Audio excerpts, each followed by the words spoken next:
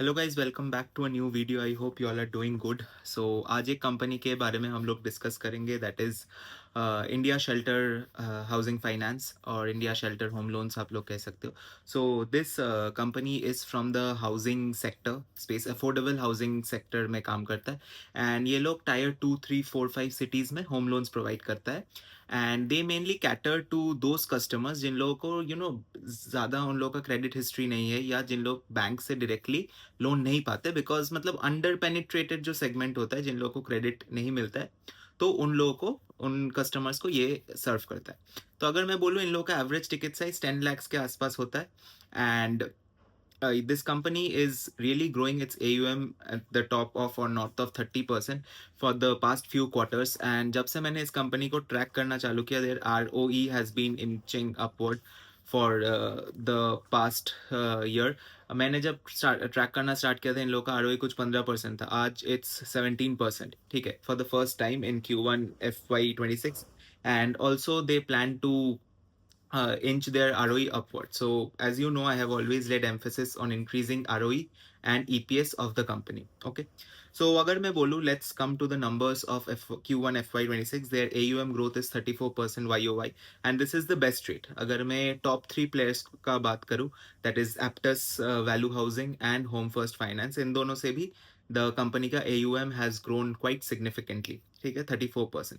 And rate of disbursement भी इस company का सबसे हाईएस्ट है इस क्वार्टर में। मतलब डिसबर्समेंट मतलब जो loans it gave it to the public, so that is up almost 24% YOY। and ROE is currently 17.2। and there currently जो कंपनी का क्रेडिट कॉस्ट है, that is 0.5%, that is very okay। And yield जो ये लोग charge करते हैं, that is 15%, which is up by 100 basis point। Yield मतलब अगर मैं शॉर्ट में बता दूं आपको, यील्ड इज जिस रेट पे ये लोग लोन देते हैं कस्टमर्स को। ठीक है, एंड देयर पैट, इन कंपनी को ऑपरेटिंग लेवरेज भी मिला है, the PAT is up by 43% YOY। ठीक है, और मैनेजमेंट का कमेंट्री भी यही है कि ये लोग अपना मतलब लोन ग्रोथ को, लोन बुक का जो ग्रोथ है, ये लोग 30 से 35% मेंटेन करेंगे। And that is a good growth. ठीक है, तो एंड अगर मैं बोलूँ तो अभी as we know, like last जो RBI का मीटिंग था, उसमें रेट कट भी हुआ था 50 basis point। तो इसमें ना कस्टमर्स, आई डोंट नो अगर आप लोगों को मालूम है कि नहीं, आप लोग अगर होम लोन लेते हो या कोई भी लोन लेते हैं, तो एक होता है फिक्स्ड रेट ऑफ इंटरेस्ट जो आपको पे करना होता है, और एक ऑप्शन होता है कि the floating rate of interest. ठीक है, फ्लोटिंग रेट में क्या होता है, जैसे रेपो रेट अप डाउन होगा आपका, मतलब EMI का अमाउंट चेंज होता रहेगा, and company passes on the rate cut as well to the customer. तो अगर इन लोगों का मैनेजमेंट के अकॉर्डिंग ये 85% जो लोन बुक है, that is at the fixed rate, and बाकी 15% है जो कि फ्लोटिंग रेट पे है। लेकिन अभी इन लोगों ने बेनिफिट को एग्जैक्टली ट्रांसफर नहीं किया है। ठीक है, एंड इन लोगों का जो स्प्रेड भी मेंटेन होता है, दैट इज नियर अबाउट 6%, 6.2% के अराउंड स्प्रेड मेंटेन होता है।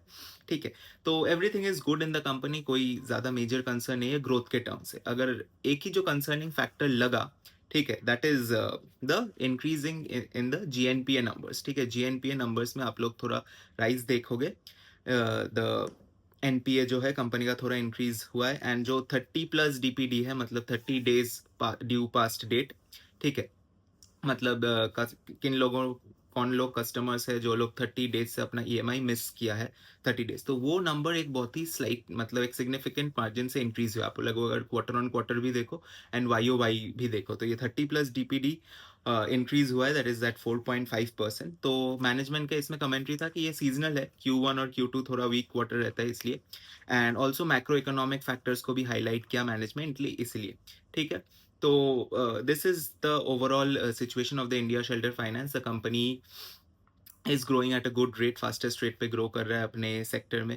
So keep tracking the company, and अगर आप लोग इस सेक्टर में और भी कंपनीज को एनालाइज करना चाहते हो, to get a idea about the whole sector, that is Aptus Value। ठीक है, अगर मैं टॉप में बोलूँ तो टॉप इंडिया शेल्टर आता है, सेकेंड AUM ग्रोथ के रिस्पेक्ट पे आपका होम फर्स्ट फाइनेंस आता है, and third is your Aptus value housing. अब अगर ROE का नंबर में देखो, तो Aptus has the highest ROE, जो कि 20% प्लस है। लेकिन एप्टस का और एक चीज है, एप्टस सिर्फ होम लोन नहीं, ये लोग अदर टाइप ऑफ लोन्स भी देते हैं जो कि थोड़ा हाई मार्जिन, मतलब जिसमें यील्ड थोड़ा ज्यादा होता है। ठीक है, so this is the whole thing. I hope आप लोगों को ये वीडियो यूजफुल लगा होगा। So stay tuned and do subscribe, and do watch the other videos in the channel as well.